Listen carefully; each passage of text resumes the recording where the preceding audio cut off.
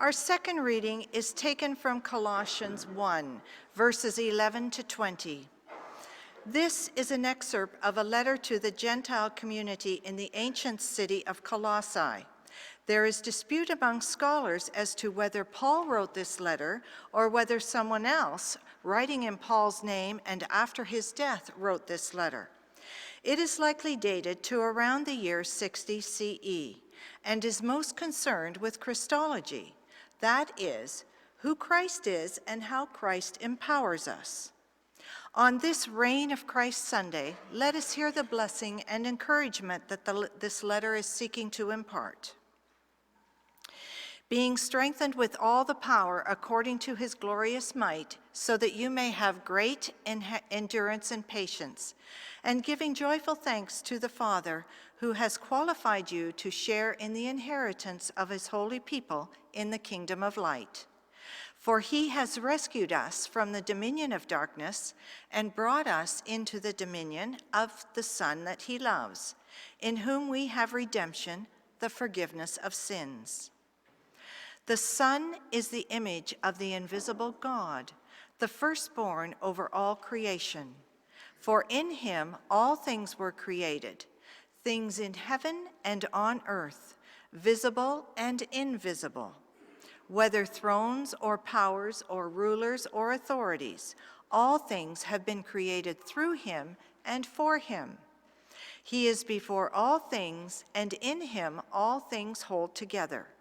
And he is the head of the body, the church. He is the beginning and the firstborn from among the dead, so that in everything he might have the supremacy. For God was pleased to have all his fullness dwell in him, and through him to reconcile to himself all things, whether things on earth or things in heaven, by making peace through his blood shed on the cross. Thanks be to God. Well, today is the last Sunday of this church calendar. Today we celebrate the reign of Christ, a time to reflect on who we are and whose we are. This Sunday caps off a very special time in our church life, our 40th anniversary. You know, we've listened to a whole pile of stories and we've met some old friends from over the past 40 years. Our memories of our church growth, both physical and spiritual, has been rekindled. I really enjoyed all of these memories. But one moment really hit me, and that was last Sunday. I enjoyed the moments that we shared from the past, but it was last Sunday that really struck a chord with me. It was over 30 years ago that I was the superintendent of the Sunday school here. And boy, I'll tell you, it was a big and bustling place to be in. I had some of the most wonderful talent who volunteered to be teachers. And our Sunday school went from toddlers to teens. But you know, when you're in at the coalface, as they say, sometimes it's hard to imagine just what kind of an impact you're going to have on these kids. Now, one of these teens in our teen class was none other than Mike Perot. He and his friends were always exploring new ways to understand their faith. So when I saw him and the gang that used to be here performing an old skit that they had done 30 years ago, I realized that, yes, they did take something away. But wait, I'm getting too far into the story. Let me start over again. Our reading today is from, hopefully, from a epistle point of view of Paul or one of his followers. And it was about a church community that was established in a small town called Colossae, as Mary Lou told us this morning. Thank you very much for your reading, too. Now, Colossae had been on one of the major trade routes, and it traded in woolen cloth which had a vermilion color, which was most prized by the travelers that were going by. However, the trade route was switched to a large neighboring city called Laodicea, and they were no longer on the beaten path. Now, according to our history, 40 years ago, actually on January the 7th, at Corrine Wilson High School, the then experimental project called Convent Glen United Church convened for its first service under the leadership of Reverend Joanne Barr. But the seed of this creation for this new congregation will, and maybe this will surprise you, took place in the back of an OC Transpo bus going from this community to downtown. As the story goes, David Patterson and David Esty, who was a padre in the military at the time, were discussing what it would take to create a new church, a new united church, in this very fast-growing neighborhood. Apparently, several other passengers had listened to the discussion, and they wanted to know more about how they could participate in this. So back to Colossae. Following the death and resurrection of Jesus, the growth of believers started to take off and spread throughout the known world. Most of this expansion was due to the work of Jesus' followers who remained faithful to his ministry. As their beliefs began to resonate, especially with the Gentiles, new followers joined in. Many of these new followers began to gather into like-minded communities, and they met together where they would discern their faith, praise God, and carry out the good works as Jesus had done. One of these places was Colossae. In the letter, the writer recognizes the work of those who took on the task of organizing the congregation.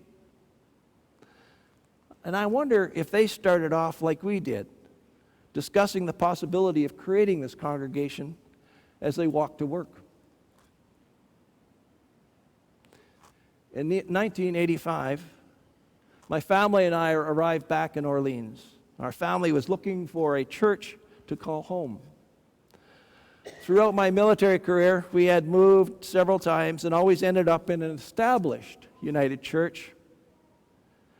So, in keeping with that, we tried to look for one here.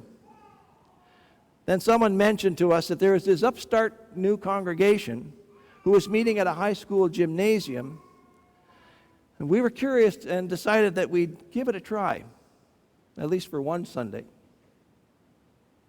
So that September, we took off for Garneau High School.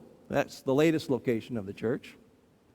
When we arrived, we were greeted at the entrance by someone in the congregation. He recognized that we were new, welcomed us, then pointed me to the stacks of chairs and suggested that I might pitch in and help set up for the service. So I rolled up my sleeves, and quite frankly, I haven't looked back since.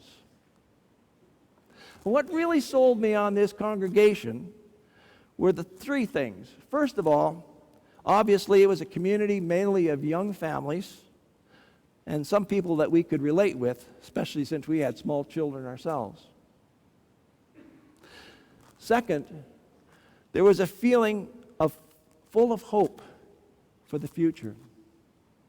It was an atmosphere unlike anything I had ever experienced in my church life. And for me, it was like I had stumbled upon the birth of something extraordinary, something few of us have ever had the opportunity to witness. I just had to stick around to see where this was going. Besides, the congregation had just agreed to build its own permanent home. But you know, it hasn't always been smooth sailing for us. We've been through a lot of ups and downs. We've been through times of celebration, times of doubt. We've been part of a viable community that surrounds us, but we've also experienced that our faith road is not always straight and true. I'd call these our high and low moments. Let me give you some examples. Today, seeing our next generation in the Discovery Garden, listening to their precocious thoughts, watching them as they watch the baptism of our newest member here, Michaela. Pay attention, Michaela, you're going to learn something. What a high moment for us. I remember the furnace going out, and we were scrambling around to see how we were going to be able to fix it. One of our low moments.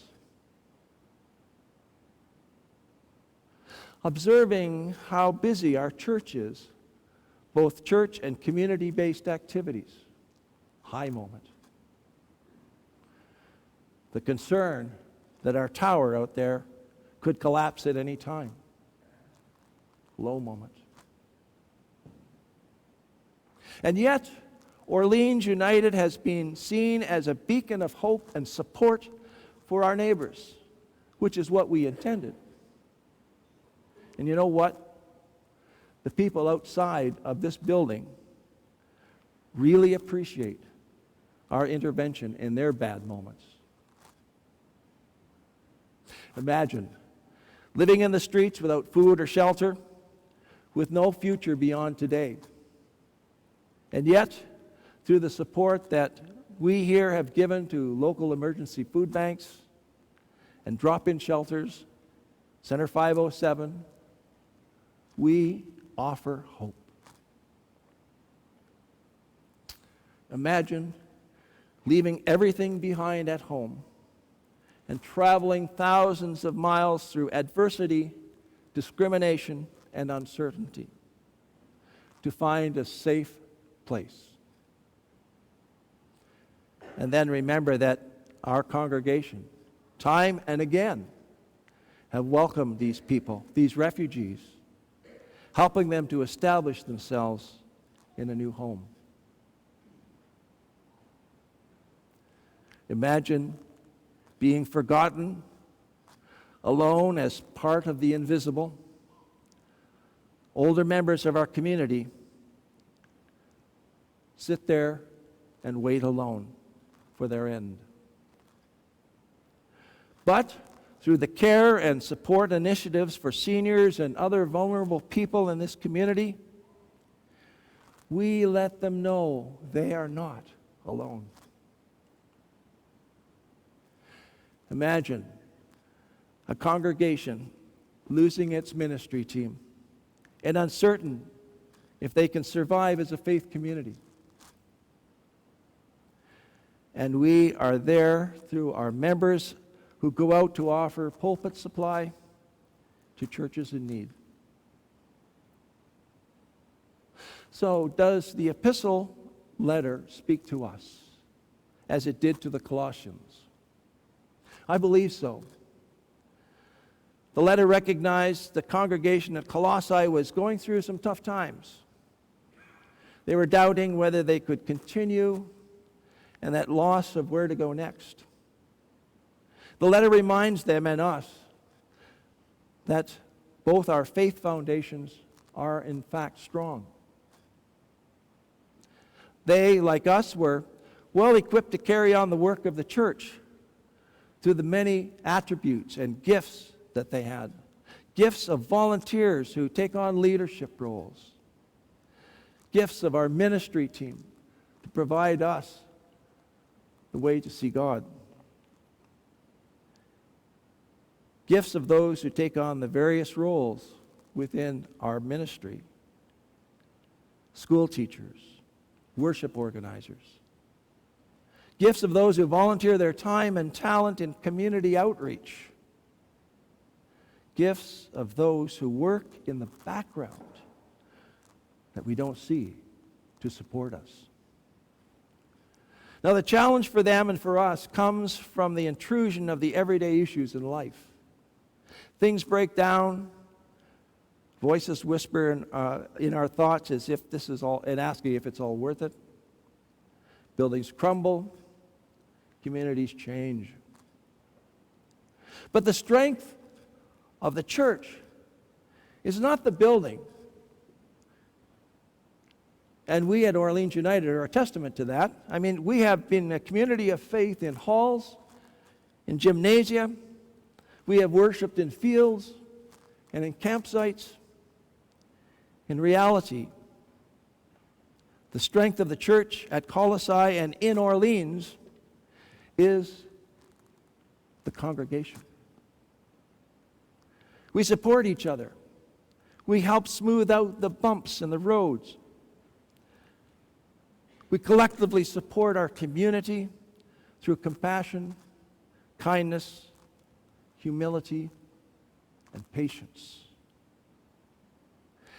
And as the letter reminds us, above all, we clothe ourselves with love, which binds everything together in perfect harmony. And so let the peace of Christ rule in our hearts, which indeed you are called to be one body. And whatever we do in word or deed, we do everything in the name of Jesus Christ. The letter goes on to remind us that Jesus was and still is the firstborn of God who inherits everything from the Father. Jesus is the one who holds things together. He was the first to rise from the dead and never die again. He has reconciled those who seek forgiveness to himself, as he will reconcile us and all future generations. Our reconciliation brings us peace through his sacrifice. And that is who we are. In 1988, through the summer, I watched as members of our community started to build this place. And I mean, literally, we built it by our hands. Now, I'm not very handy, as my wife will tell you. So I volunteered to be on part of the cleanup crew. And I remember one day, I think it was right about here, I was standing looking back towards the back of the church. Now, the windows hadn't been in yet, but the framing was all there for those windows. And it was kind of interesting how much light that brought in.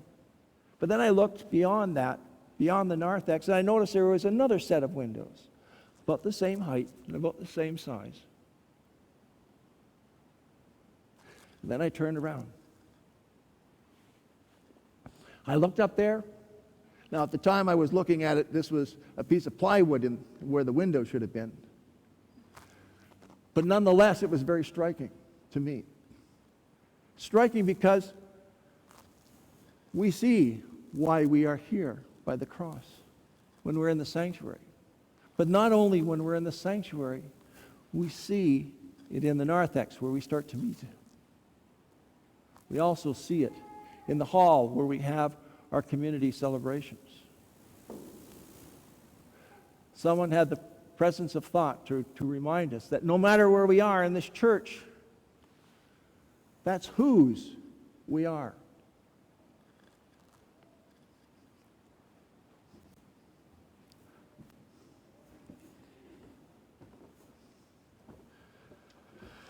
So, this is our story, past and present.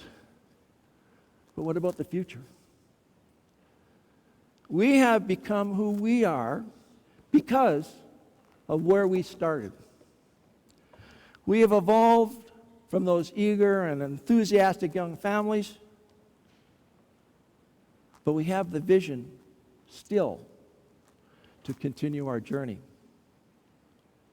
We look for new ways to spread the good news. We continue to welcome new members. No, our story is far from over. It is just beginning. Come see what God has done, the wonders wrought upon the earth. The God of hosts and his Son are with us. God, we thank you for your Son Jesus, who reigns over us and guides us on our way. We know who we are. We know whose we are, and we thank you for showing us the way. Amen.